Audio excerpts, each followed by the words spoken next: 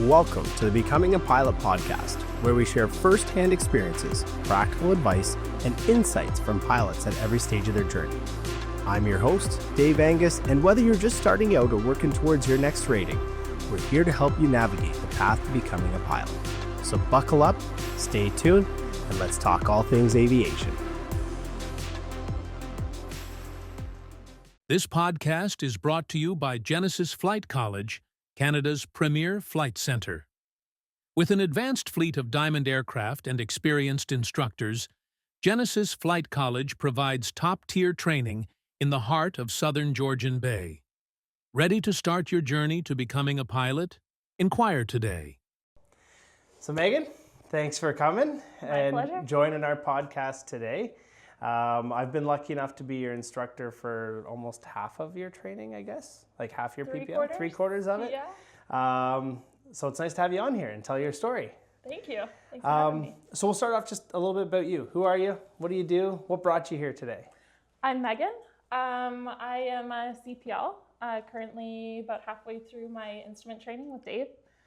I'm 33, and I am an athlete. I used to train horses, still do some coaching and competing, and decided to change my career to aviation, I think in 2022. Right. And did you start at Genesis or did you start somewhere else? Yeah, I started in Florida, so I caught the bug. So in Florida we go down to Florida to train and compete. And qualify for games. And the farm that we were at was right next to an aero club. So while I was training, I could see people landing and taking off their small planes, which was really cool. And I thought I would try it. And yeah, signed up at a local flight club, and that was where it started. That was it. That was the beginning of the end. Yes. Right? Yeah. From one expensive thing to the next, Exactly. right? That's great. It's perfect. Yeah. Now, I think you're kind of downplaying a little bit. You were a little bit more than just somebody who just rode horses, right? You went pretty far with it. How far did you take it? I went to the Olympics. I went to the Pan Am Games, and I've been to 2 World Equestrian Games. It's awesome. Those are huge accomplishments, Yes. right? Massive. So this little, like, getting a pilot's license seems pretty mundane, easy, right? How have you found like the work ethic kind of has like translated from that, right? There's a lot that has to go into becoming a CPL. Have you found that it's like the same kind of drive and dedication needed, or have you found it easier, or what? It's pretty linear in the fact that there's a lot of training that comes with it, as far as like groundwork and a lot of things that you want to know before you get into the plane. And that's pretty relative to horse riding too. You want to know your horse really well on the ground. And then 2, the preparation that goes into preparing your horse to be able to ride it and compete it is very similar, I think, to like maintaining your aircraft and all the logbooks and maintenance required and updates. So all that's pretty relative. And then the training too with like preparing for every flight and flight test. There's something that athletes do and pilots do as well, which is chair fly. So a lot of visualization, and that kind of training was very similar too. Right. Yeah, for sure. You could definitely see like the similarities of that. And I think a lot of people, when they think of like horses or whatever, they go, oh, it's like a pet or something like that. But these are machines, right? Yeah. These are, this isn't just, you feed it and pet it and, keep it happy. Like this has got to work at a high level, right? Mm-hmm. Like the maintenance on that is like the maintenance on an airplane, right? If you're not taking care of it and you're not treating it like that high performance aircraft or whatever, it's not going to perform for you, especially at the level of like the Olympics or anything, right? Exactly. So that's awesome. You're modest, right? You're humble, right? You don't want to drop those huge accomplishments, but they're huge. They're great. And I think that those skills will definitely translate down the road, and I've seen it in your training as well, right? The dedication and being motivated to always achieve better, right? That's the big thing. We always try to learn as pilots. Never stop learning is kind of what everyone says. but it reigns true to somebody that's performed at that kind of level before, right?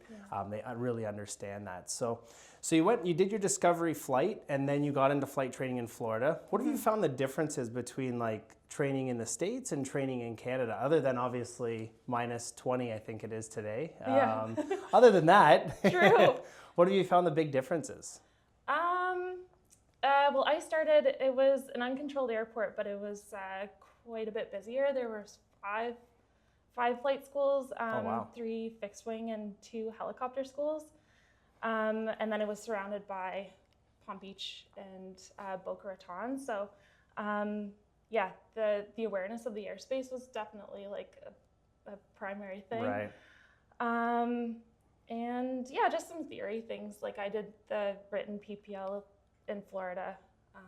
So yeah, that was about. Yeah, but not too bad. Like Not pretty. too bad. Yeah, it helped you out quite a bit when you finished your PPL here. You had a lot of Yeah. hours. So like anybody Yeah. who is looking to go from an FAA license or even done some training there, you know, it does translate to here. They are able to use that. You were able to use the hours, not towards the PPL because you weren't licensed there. If you were licensed, they're different. But it really expedited our process in the CPL It did. because there was like next to no time building, right? It's true. You know, a few differences on how you log things there and here, but overall pretty similar, right? Flying's Yeah. flying, and Yeah. some law differences. So that's really good. So so you're changing careers here. Have you ever been nervous about, like, you know, you were saying at the beginning you're 33. Is that too old? I wondered that at the beginning. Right. But that's why I've been pretty motivated to get it done, Right. you know, in a fairly timely manner. So yeah, so balancing that with riding and training and getting this training done and Right. putting the hours in. Yeah, it just takes work and organization and yeah, balancing kind of all aspects of your life. Yeah, I think like it was the same thing when I started flying, right? Is it too old to ever pursue anything, right? Yeah. But if you think about it, like you're at the end of this, right? You're under your training, and Yeah. you get an airline career at 35. You've got 30 years of, which true. is a full career, right? Yeah. So a lot of people get scared away by that, right? Oh, I'm 30 or I'm even 40. There's a position for everybody, right? It's you know, I've talked to some recruiters that have said that, you know what, obviously there's huge hiring right now because of the baby boomers that are retiring, and it's just that transitional time, right? Yeah. And if they hired everybody at 21 years old or 22 years old, you'd have a very, very young, group of pilots, right? Which is fine. You know, everyone coming in is going to have a relatively similar experience level. But if you have everybody at 21, unfortunately, optically, some people find that nerve-wracking, which it doesn't. It isn't the case. Everyone's trained to the same standard, but having people with some more life experience really does go a long way. Yeah.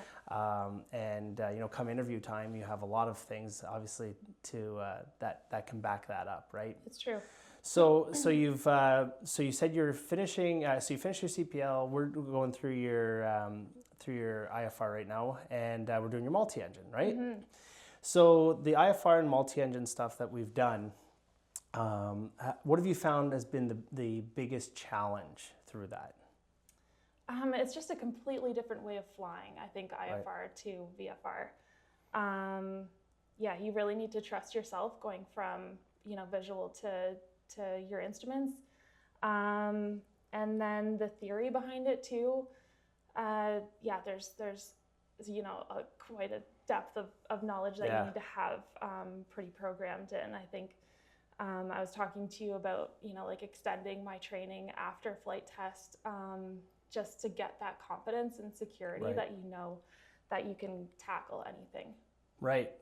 And also you're like learning a whole new airplane, right? You've Exactly. done, I don't know how many hours you've done on the Diamond aircraft here, but it's been quite a bit.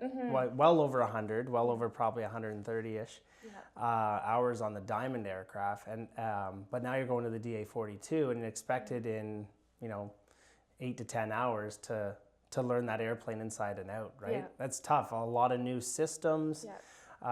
And that's why kind of going back to that, you know, you have to be dedicated to learning, and you have to, you know, be a student to you know, mastering that aircraft, right? Yes. As opposed to just kind of going with the flow of Exactly. it, right? And I was never really one for liking school. Like, I did not like school growing up. I liked I was like, teach me something I'm gonna use. Right. And that's been the difference. And I think the biggest thing for me is like everything that you read is practical. So Right. it's really engaging in that sense. Yeah, and you've done pretty well in all your like testing and all that stuff, right? Yeah. It's nice when you love or like something and you enjoy it.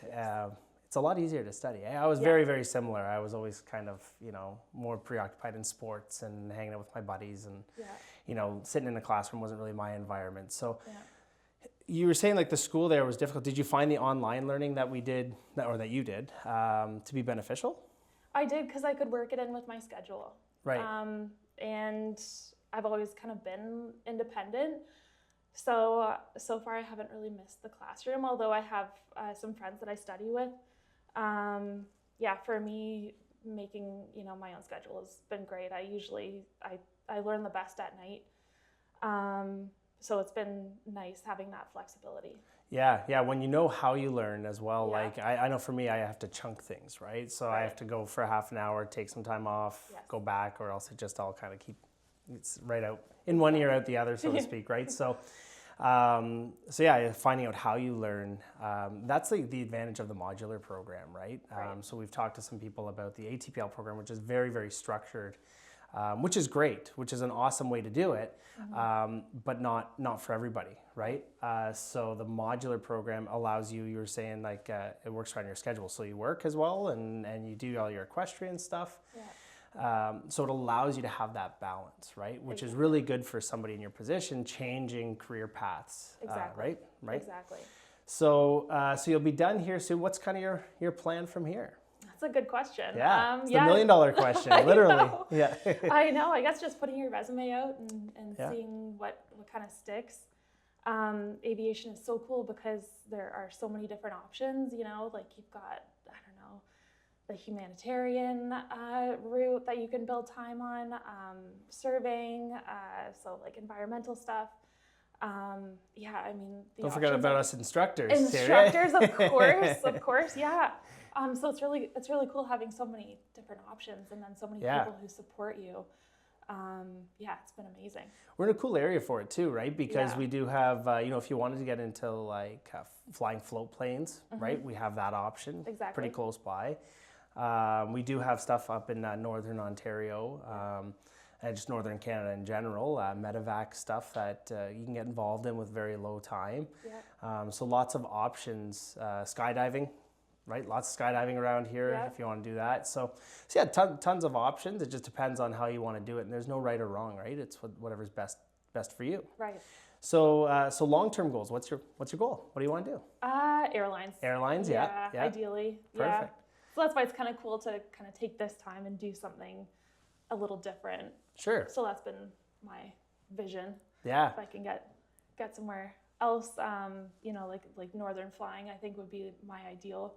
Really doing cool. Something medevac or something like that. Yeah, lots of really, really cool options. So Awesome. Well, I appreciate it. Thank you so much for coming on today. Yeah, and my pleasure. teach us a little bit about you and a career changer, right? That's a big thing. That's kind of somewhere where I've fallen into as well. Yeah. So it's awesome. Great. Thank you so much. Yeah. Appreciate it. And back to studying, right? That's right.